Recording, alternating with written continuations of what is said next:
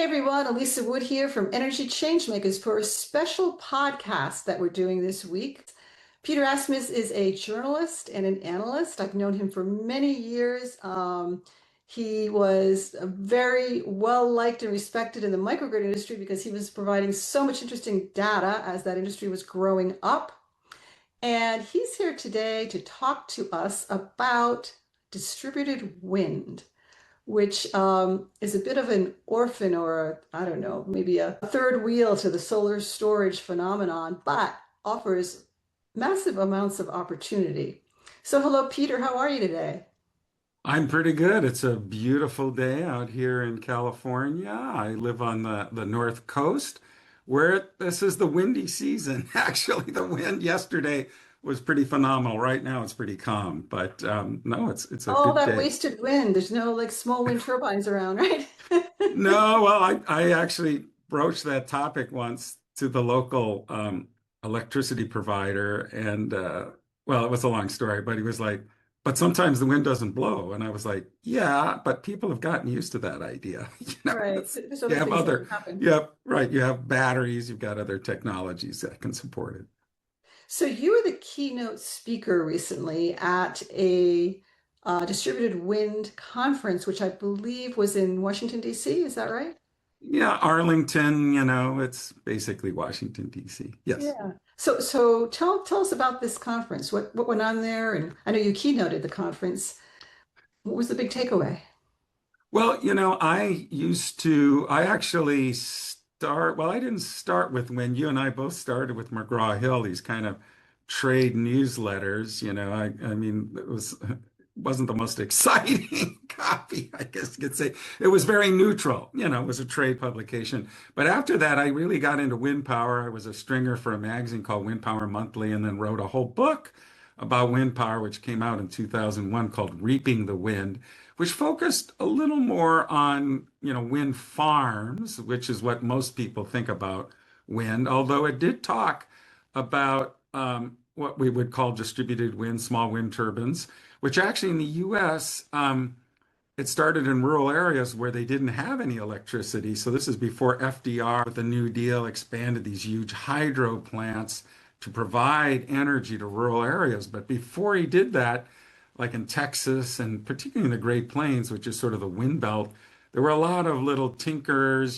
There's a guy named Marcellus Jacobs who was kind of the biggest guy. So distributed wind started out with what we would used to call small wind. And I did a number of case studies on small wind projects for the American Wind Energy Association.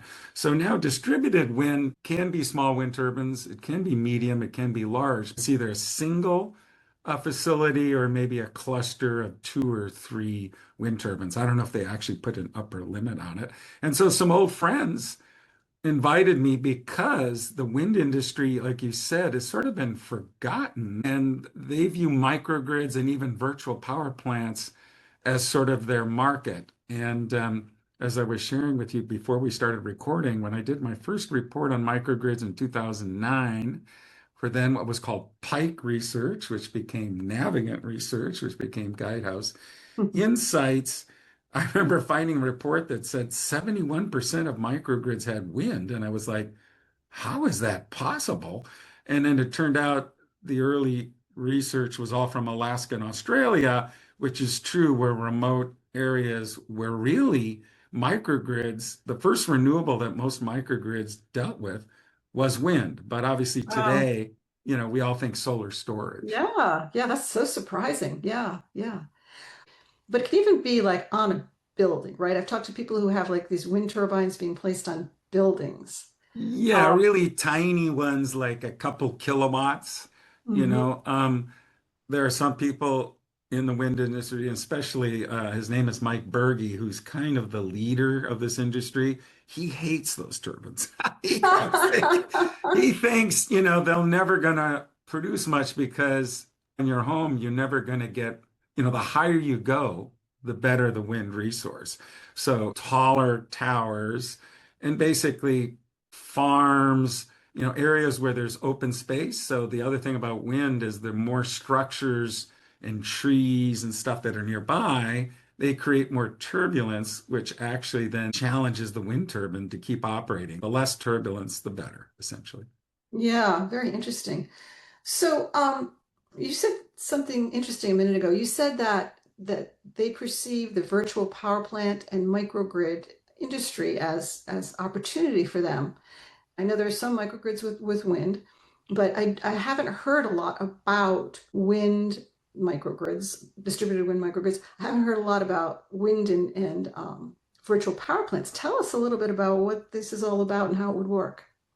Yeah, well, I think, wind and microgrids is more established. And in my presentation, I actually have a book coming out later this year. I just finished a 2 year stint. It was a little more than 2 years with the University of Alaska. And so I wrote a whole book about these microgrids in Alaska where there's basically everyone in Alaska gets power from a microgrid. I think it's the only state you can say that. In fact, I know that's the only state where you can say that. And there was a lot of innovation with wind in particular, small wind, but now would still be considered relatively modest turbines like a megawatt, 1.5 megawatt turbine. So I highlighted that. So with microgrids, it used to be that the wind industry viewed solar kind of as the enemy, because wind used to be cheaper than solar. Actually, when I first started covering it, I remember solar used to be viewed as the most expensive Mhm. technology. I remember Yeah, that. It only remember made those sense days? in like satellites, people would say, or, Yeah. talk about off-grid, stuff. But then obviously solar has come down and now is often quoted as the cheapest potential resource. So I think what the distributed wind industry is trying to do, as opposed to viewing solar as the enemy, is like, hey, we are complementary. And the beauty of a microgrid is you can have multiple resources. In fact, if you have multiple resources, that makes it more resilient in a way. So, the idea a lot of times is wind and solar go very well together because obviously the sun doesn't shine at night. And wind tends to pick up in the late afternoons. And in some places, that's the main time wind blows, is at night. Now, wind is more unpredictable than solar, obviously. And but what's helped are batteries. Of course, batteries have come down in cost. So the sort of leader of this movement is a guy named Mike Berge, been around for 50 years, his Wow. company.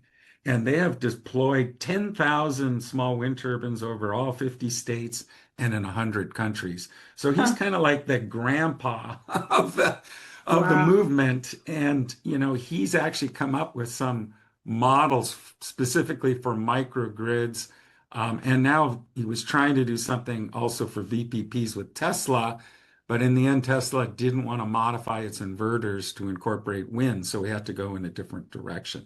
So that's kind of, with the microgrids, there is a history with wind, but we've kind of forgotten about it. And of course, an urban microgrid is generally not going to have wind because it's not really a good fit in urban environments. But like in Alaska and rural parts and part of the Great Plains, it does make sense. Now, VPPs, I don't know if there's any VP. Well, actually, I take it back.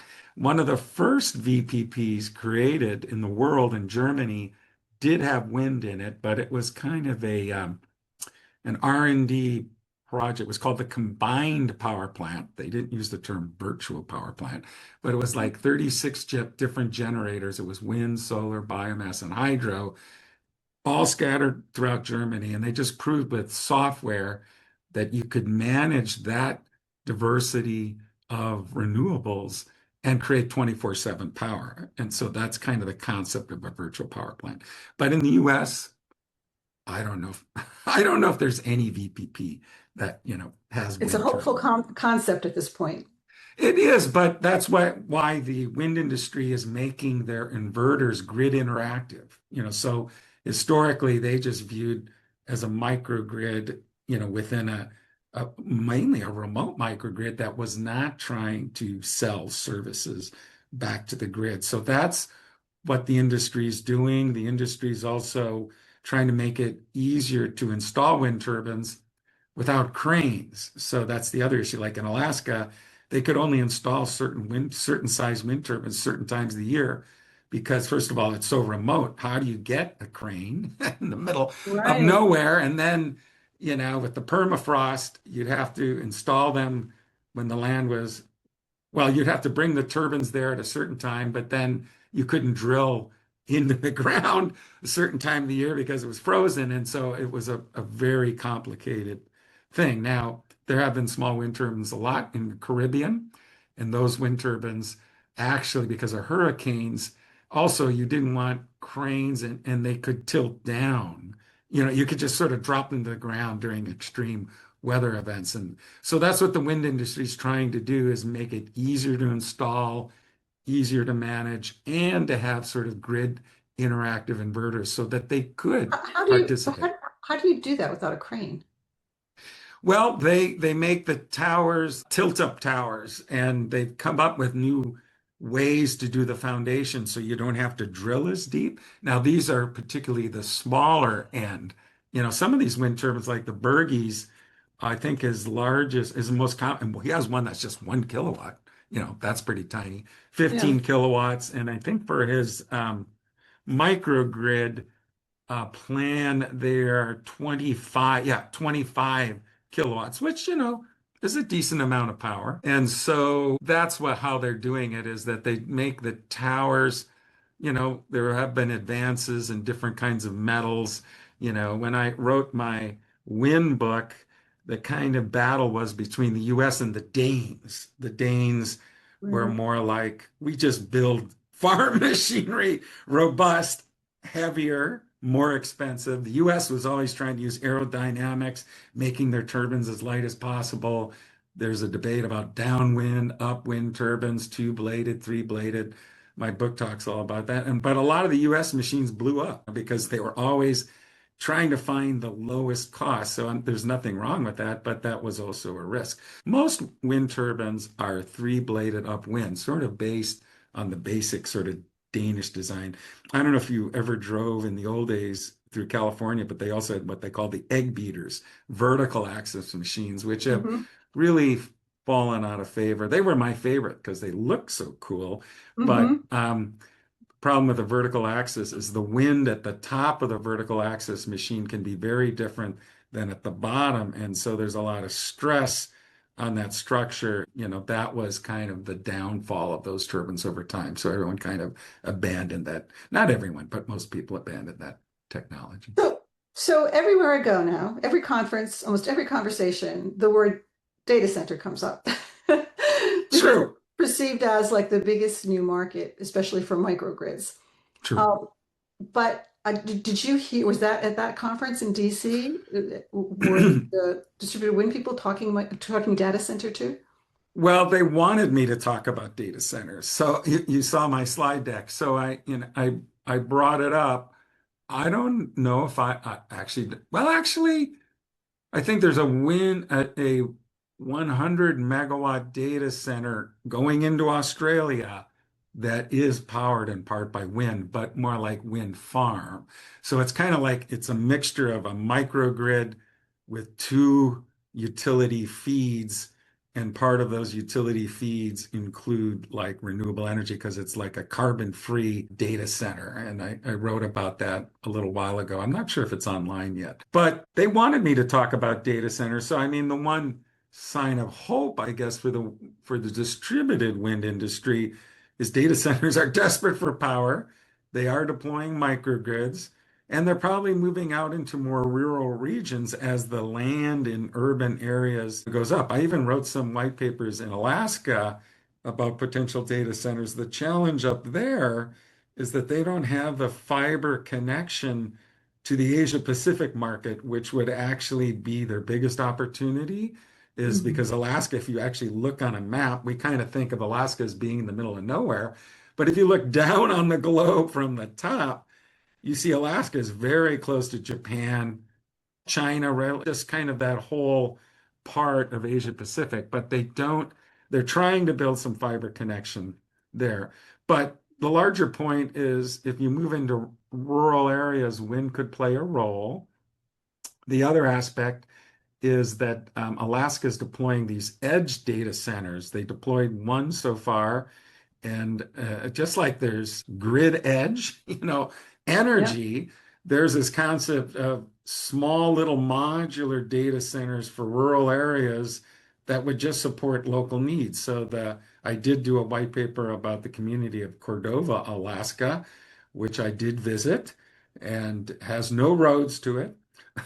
You have to fly in, and they deployed a 150 kilowatt data center right inside the microgrid control room, and it just runs on excess run-of-the-river hydro. So they didn't even have to add any capacity, and they actually can use run-of-the-river hydro to do frequency regulation, which I had never heard of that before. But that's Cordova is sort of someone called it the most innovative utility in the world. Anytime anyone calls anyone the most, the biggest, the best, there's always someone who's going to argue with that. But, I But their, said that their their sheer isolation, I think, has made it necessary for them to try out all these things, which is it one of the reasons they're is just so interesting. It is. And so, I said that these edge data centers and the company that was the data center company, which is called GreenSpark, said there was 250 megawatts of edge data center potential in Alaska. I Mm. think a lot of that would be still just using excess renewable capacity, including wind, or I'm not exactly sure if he was saying that they could power it up with new stuff. But edge data centers, I would imagine, would also be big, like in places like Africa or very remote areas.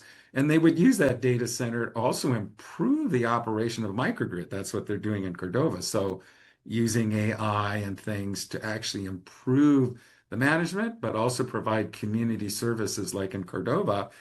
It's to help with indigenous sort of literature and storing it and, kind Mm. of like social benefits from the data center, making it, a positive as opposed to where we sometimes hear in the lower 48, these giant data centers are increasing costs, et cetera.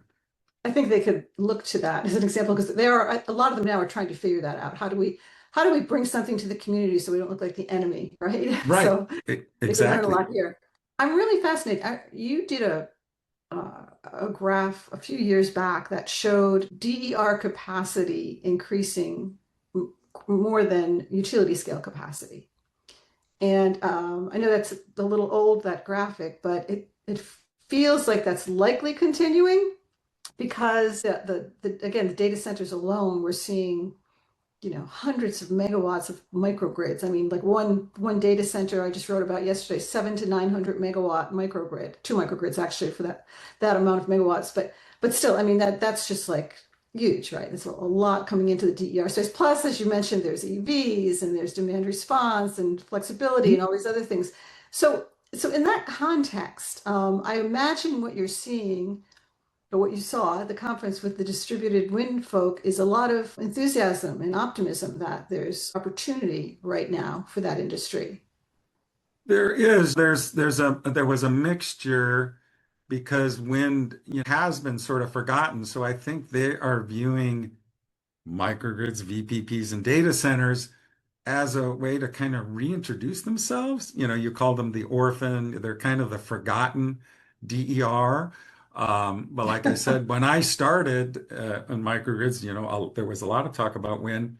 So they are trying to figure out new, innovative business models. Now they view their primary audience rural cooperatives. And I was really surprised when they showed a map and said that rural cooperatives serve 56% of the US. Now, I think that's geography wise, but 42 million customers. I mean, that's a lot of Wow. customers.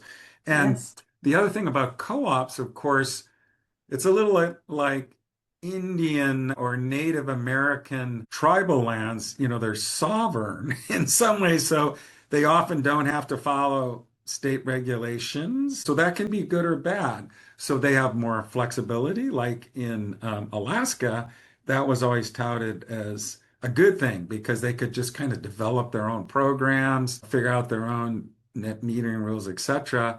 Now, so the rural cooperatives, the good part is that they are sort of self-governing. The bad part is that, they don't have to follow like state rules on net metering, which of course have, kind of been less attractive over time. But in some cases, I heard some examples where they were only paying like 2 cents a kilowatt hour for excess generation, really low rates. The other interesting thing I heard is that they said, unlike solar and EVs, where the stereotype customer is, concerned about the environment or liberals or, whatever you want, but their supporters are mainly Trump supporters. So their pitch really was around affordability. I just sort of knew the new buzzword out there now. Everyone's trying to strip out. I just did a report for DOE on geothermal, and then someone said, "Oh yeah, we're going to just strip out anything about energy transition, sustainability, and just, use sort of code words or just talk about affordability and even resiliency is kind of a new, who can be against resiliency? So that's, Right.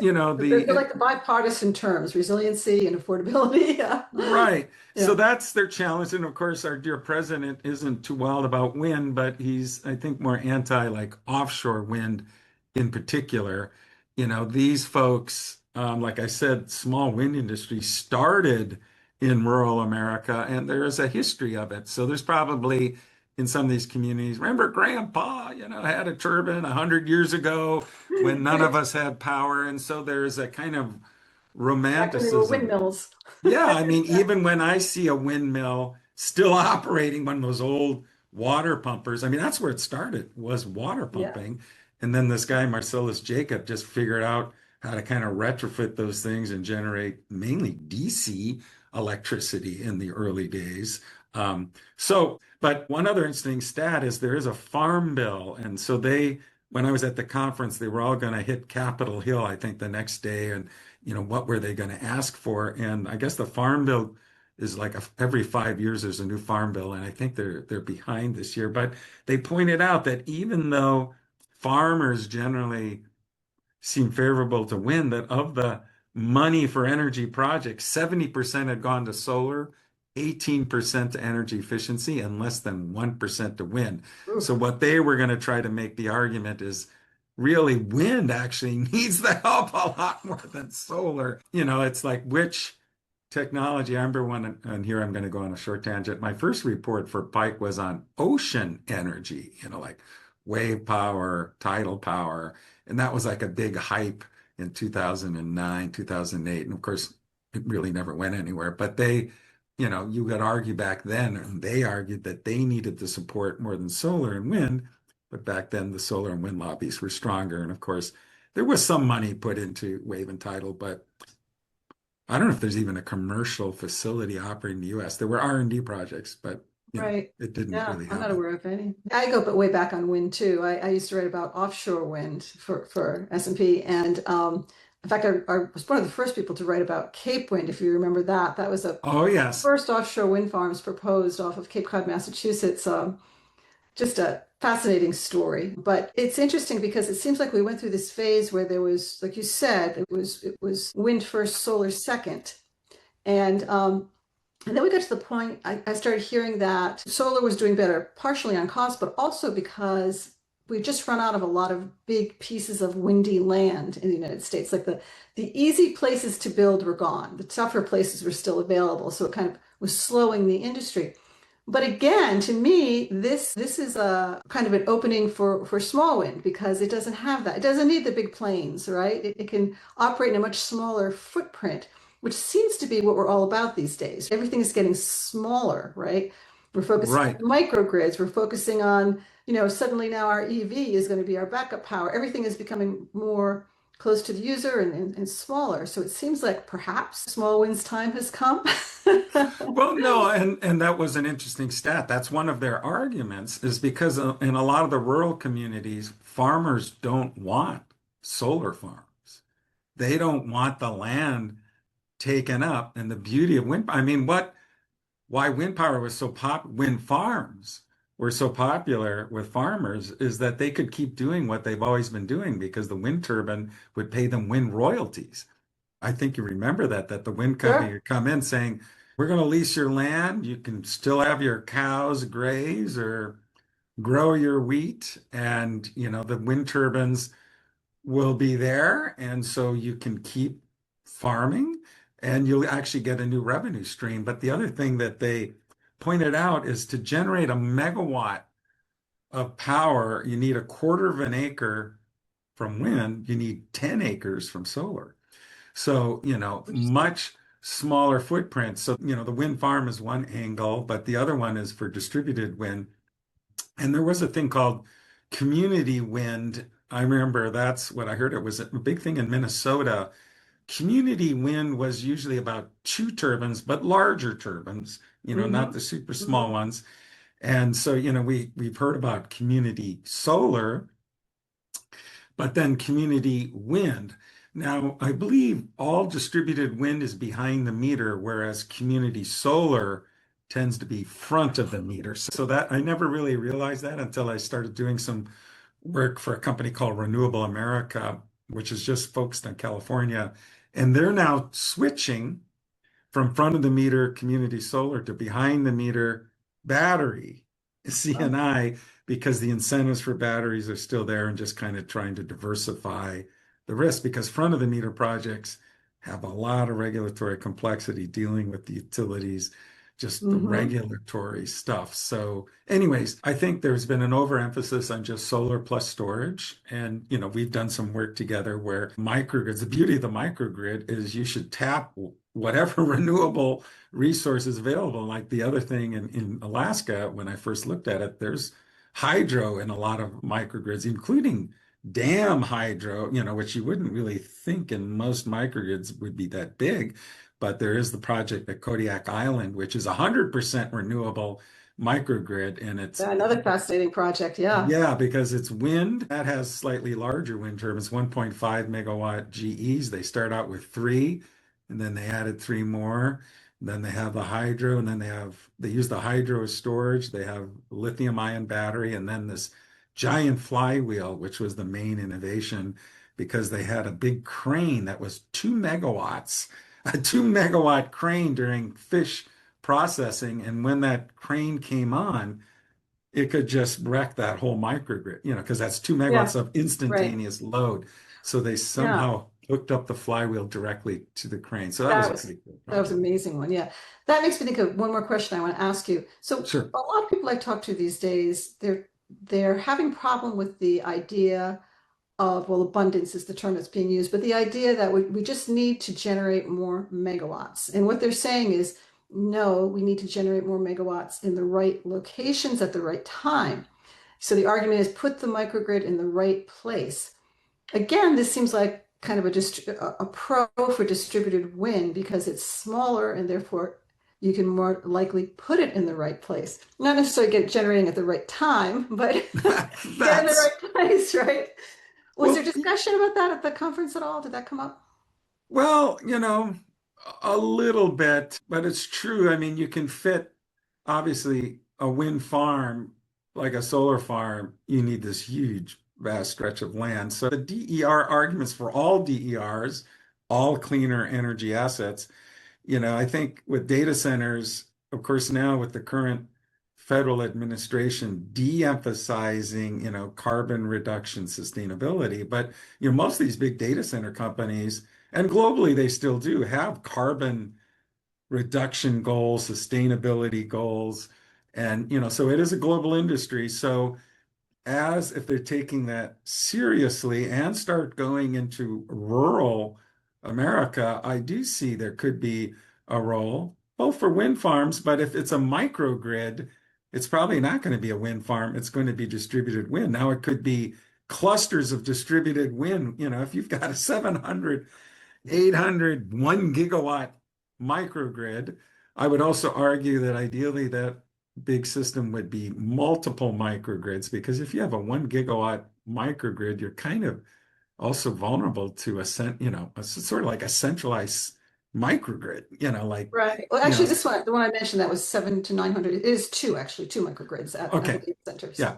Well, I yeah. remember, so I think there is a role for distributed wind. I think, they need to tell their story and kind of get back on the map.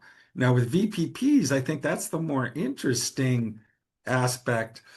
And in that case, it might be more small wind turbines in rural areas. Now, of course, there's not a lot of VPP activity yet among rural cooperatives, although I did see in North Carolina that there was a rural cooperative. I think it's a series of cooperatives that was using a company, OATI, to kind of manage all of the DERs for those cooperatives. And I know that there were people there talking about distributed wind in North Carolina.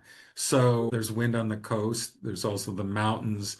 And so I think, there could be a role, and it probably is rural cooperatives, but they would have to have a smart grid, And the other thing about VPPs is you need a market you can sell into. And in Right. some ways, it's ideal if you have an ISO or an RTO, so you could actually sell into wholesale markets as well. So, the VPP opportunity, what they are doing is making their wind turbines grid interactive so that they can participate in VPP. Now, they have to find locations where there's a market and there's a wind resource. Great. Well, you know what? We should do this again in a couple of years and see how far they've come. That's true. That's true.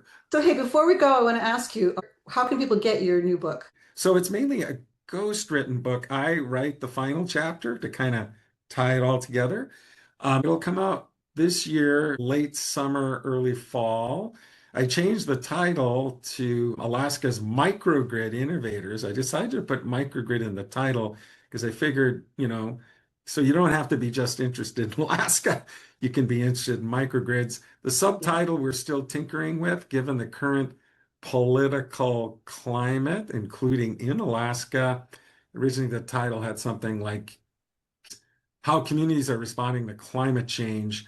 I think we're just going to make it more, how communities are responding to today's energy challenges or something like that. It's like what they did to my DOE report. But it has a lot of interesting photos, a lot of inspirational stories, and the end talks a little more about what's called the railbelt grid, which are the microgrids that are lagging behind the remote power systems. I'll just say that's my biggest surprise. You would think if you're a grid connected microgrid, you would be more innovative than a totally isolated microgrid. In Alaska, it's the opposite. And I won't say why, because you'll have to read my book to find Have to out. read the book. That's Okay, right. good. There you go. But you Wonderful. can always see my website, for updates. There's a lot of blog excerpts that have been published from the book, and a lot of them are on my website, which is just my name, peterasmus.com. Perfect. Okay, we will look for your book there and love having you on, Peter. Thanks so much. Always appreciate your insights. Fantastic. Thank you, Elisa, for having me on.